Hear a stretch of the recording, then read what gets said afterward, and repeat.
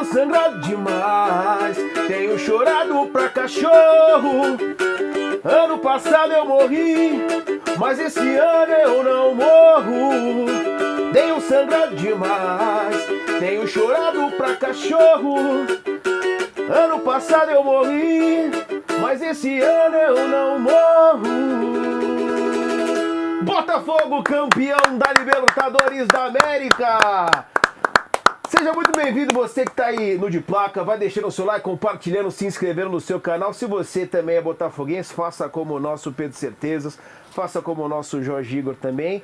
E pode colocar aí a faixa no peito, porque o Botafogo é campeão da Libertadores. Sofrido como foi, acho que toda a trajetória, talvez como tinha que ser. Mas o fato é, Certeza, vou quebrar um pouco o protocolo aqui. Antes de dar o meu bom dia aqui para a mesa, vou dar o bom dia para você aí do outro lado, porque acompanhamos a sua saga. Seja muito bem-vindo e parabéns pelo título. Fico feliz pelo amigo. Não era minha torcida, é verdade, mas fico feliz pelo amigo, parabéns. E acho que você aproveitou bastante, Certeza. Seja bem-vindo ao De Placa. Bom dia, amigos. Eu tô muito emocionado, cara.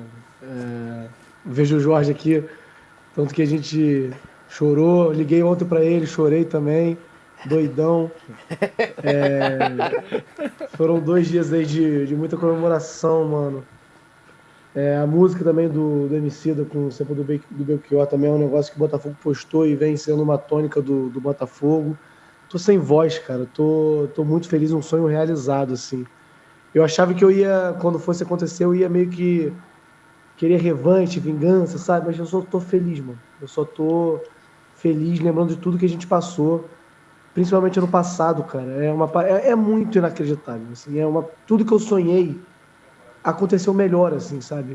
Quando eu tentava concatenar, imaginar, projetar como é que seria o Botafogo campeão, não era tão perfeito quanto foi. Quando eu tentava pensar como é que seria uma passeata do título, não era tão legal quanto foi. Os jogadores, os meus amigos, meus familiares, cara.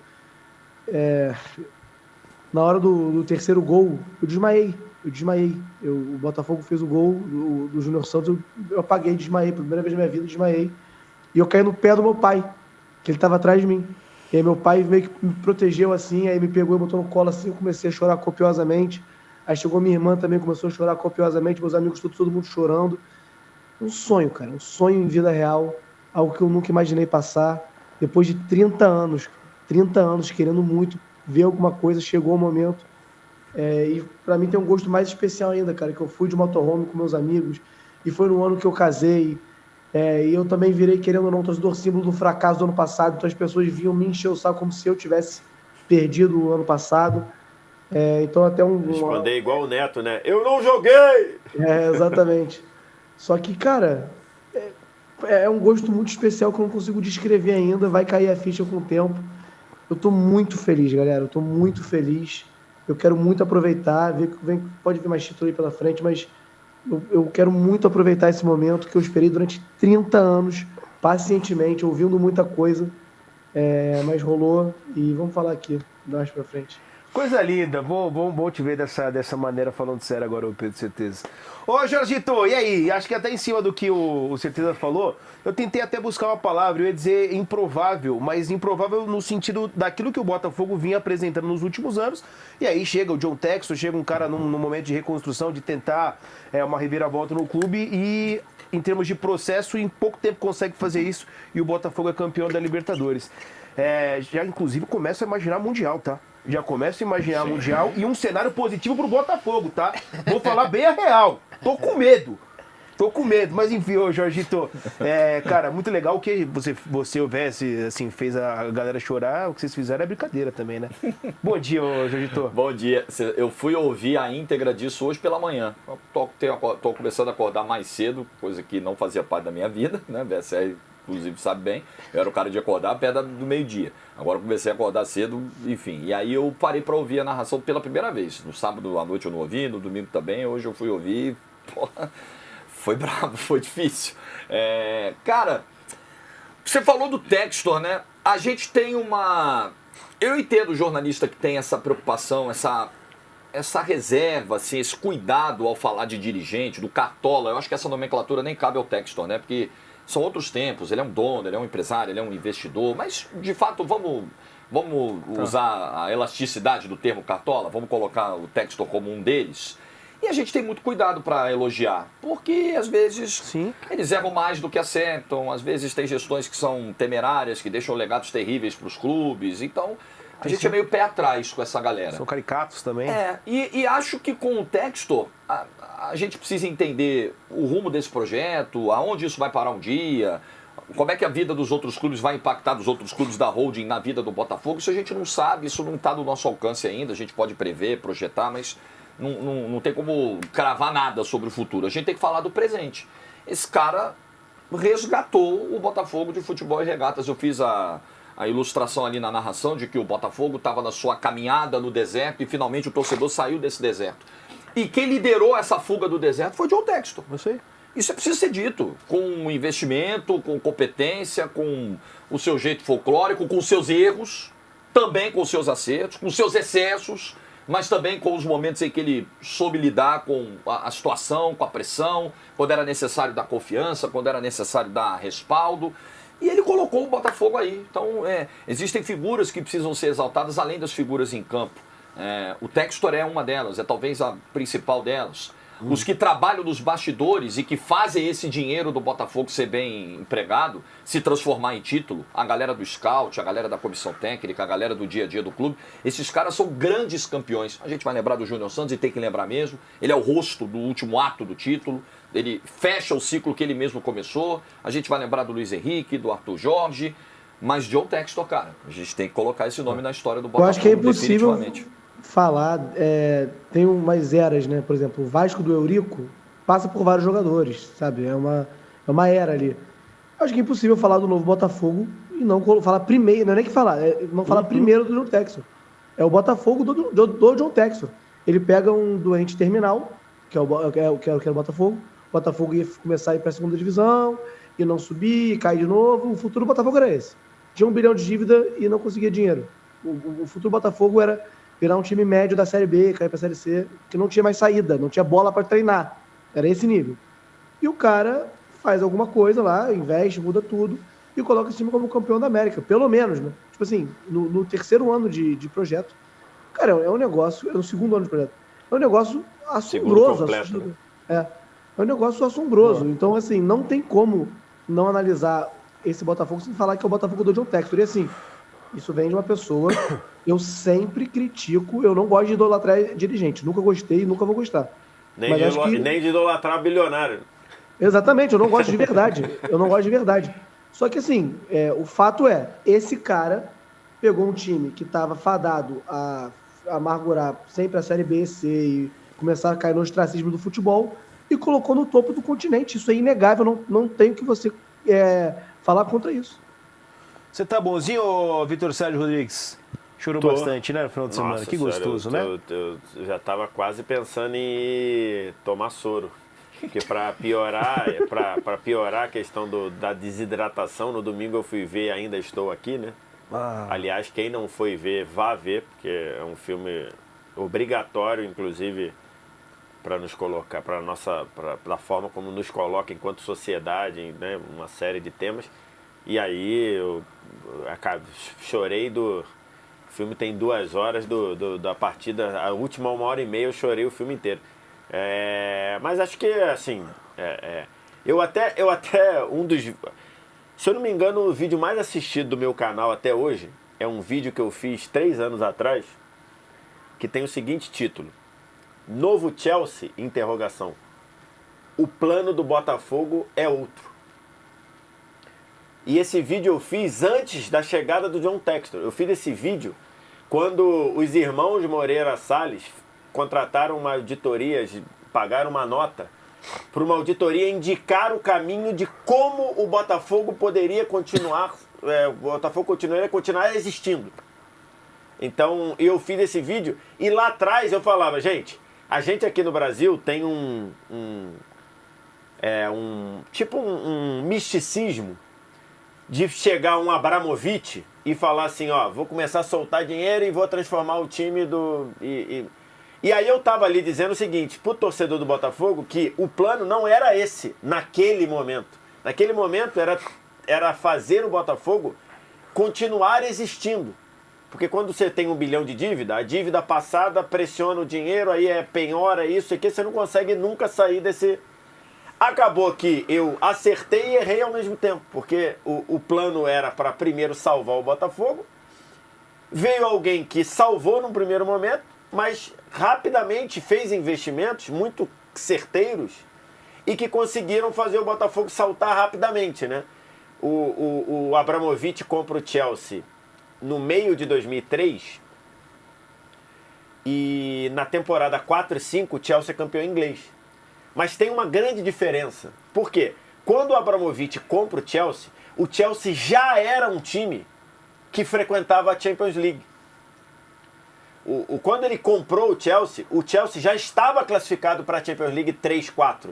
Ou seja, já era um time de parte de cima do campeonato inglês. Ele faz semifinal no primeiro ano dele.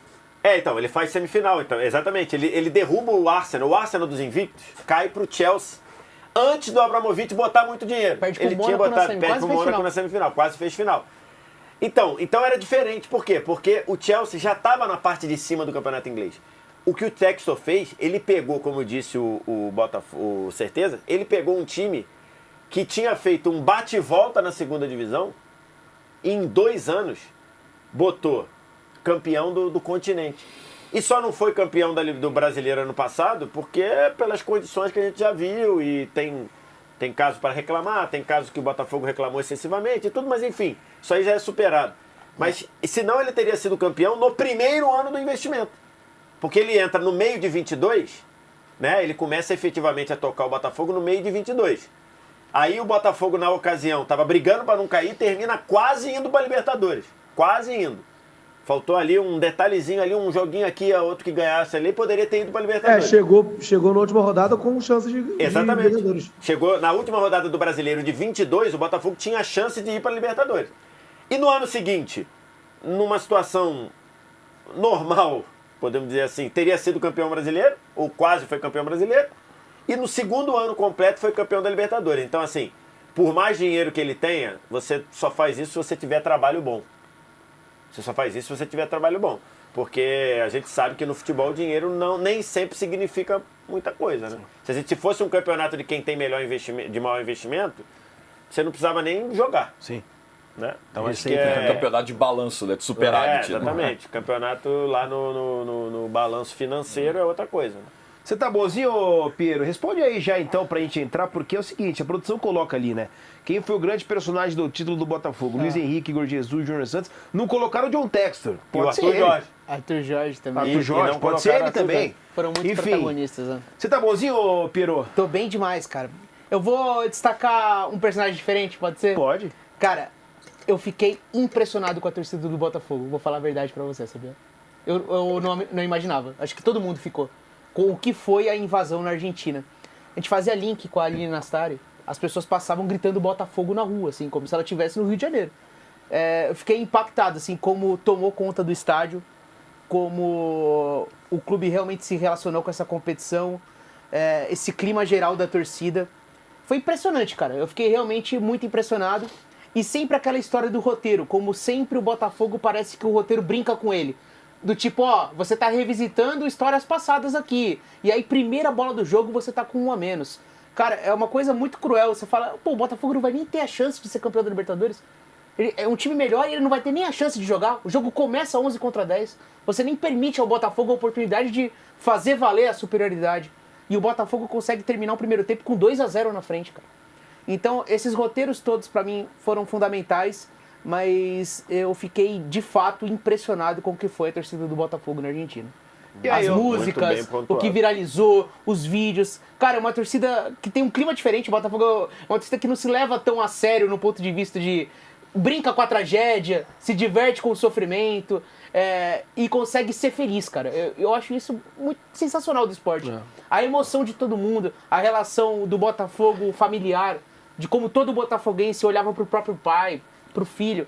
E eu tava ali também produzindo o Prorrogação, tava emocionado também lá em cima, com o VS, com o Jorge. Então foi um título muito bonito do Botafogo e também um título do time que foi melhor, que conseguiu superar algo inacreditável que é você começar uma final jogando 11 contra 10. O Botafogo não Impressionante. teve o jogo 11 contra 11. Inacreditável. Esse é um ponto interessante, assim, porque pensando com o meu viés de torcedor, depois eu até já cheguei a falar isso no ar aqui. Às vezes eu acho que a gente tem que repensar a nossa relação com o próprio futebol e com o nosso time, porque eu já me vi várias vezes o meu time sendo campeão e eu não ficando verdadeiramente feliz. Eu Aliviado. ficando aliviado. Perfeito, essa. E quando isso acontece, já falei isso algumas vezes, acho que de fato eu consigo exercitar, mas não consigo praticar. Não é uma relação saudável, né? Quando você atinge o máximo que você pode e você não ficou feliz, você ficou aliviado, acho que está ali caracterizado e que foi, por exemplo, como eu me senti quando o Flamengo ganhou em 2019, por exemplo. Mais do que feliz, eu fiquei aliviado. E eu falo porque eu acredito, a primeira vez que eu fui ao Maracanã foi em 1983. Nesse meio tempo, eu já falei para algumas pessoas, já falei no ar também, eu acreditava de verdade que eu nunca veria o meu time na final da Libertadores. Eu acreditava isso de verdade. Eu falei, cara, não, isso aí não é pro meu time, não é para mim, isso aqui. E quando ganhou, eu me senti aliviado.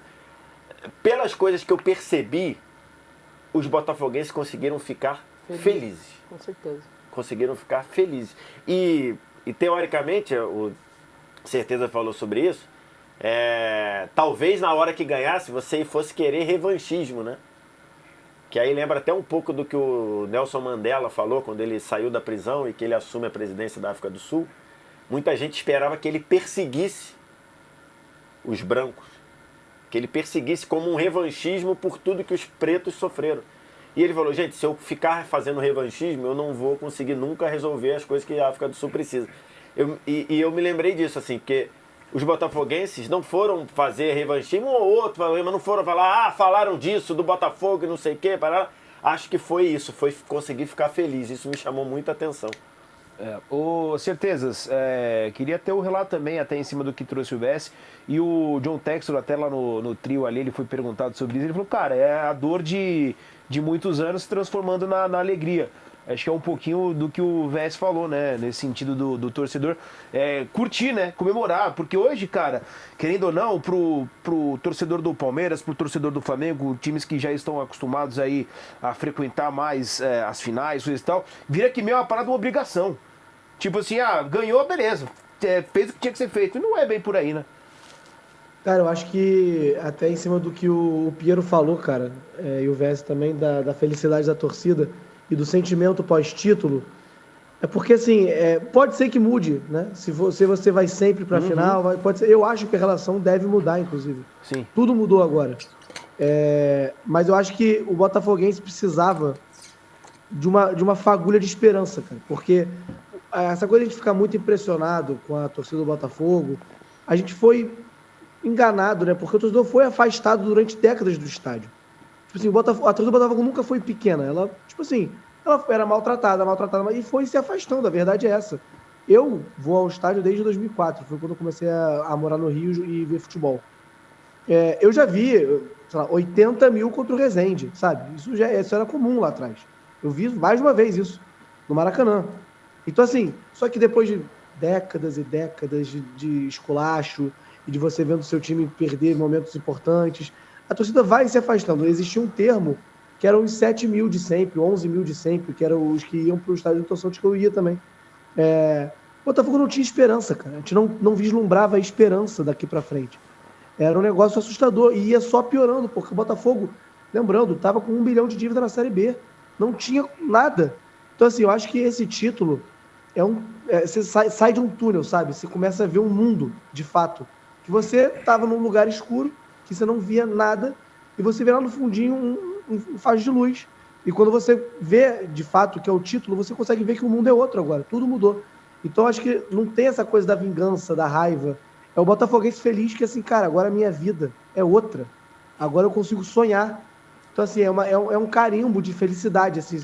É como se você fosse, cara, a partir de agora, você vai poder ser feliz, sem medo. Porque até ganhar, é isso, na final, cara, quando o Gregório é expulso, o sentimento geral, assim, não vou falar para todo mundo, mas pelo que eu percebi ali, era, irmão, de novo, não é possível isso, cara. Não é possível quando a gente tá com o melhor time do mundo. qual é a única coisa que pode acontecer para equilibrar? Ah, um cara expulso com um minuto. E acontece. Aí tu fala, cara, não é possível. E volta todos os traumas. A verdade é essa, não tem como. E aí quando acontece, de fato, o título com esse roteiro mágico, é como se você se livrasse de uma maldição, sabe? É um sentimento de libertação. E, cara, o mundo agora é outro. Tudo tá diferente, assim. Por isso que eu acho que ontem o clima lá na praia de Botafogo tava...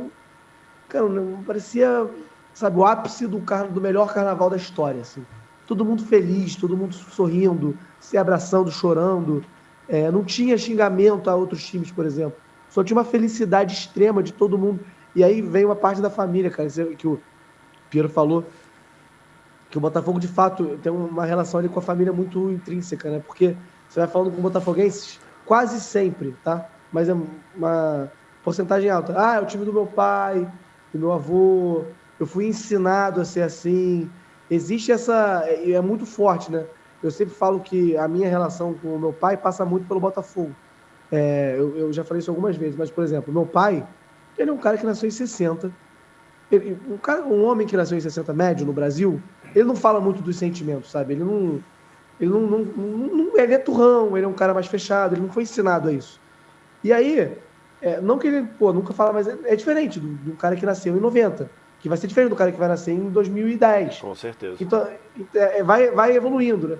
Então, assim, a minha relação com meu pai sempre foi... teve pano de fundo no Botafogo.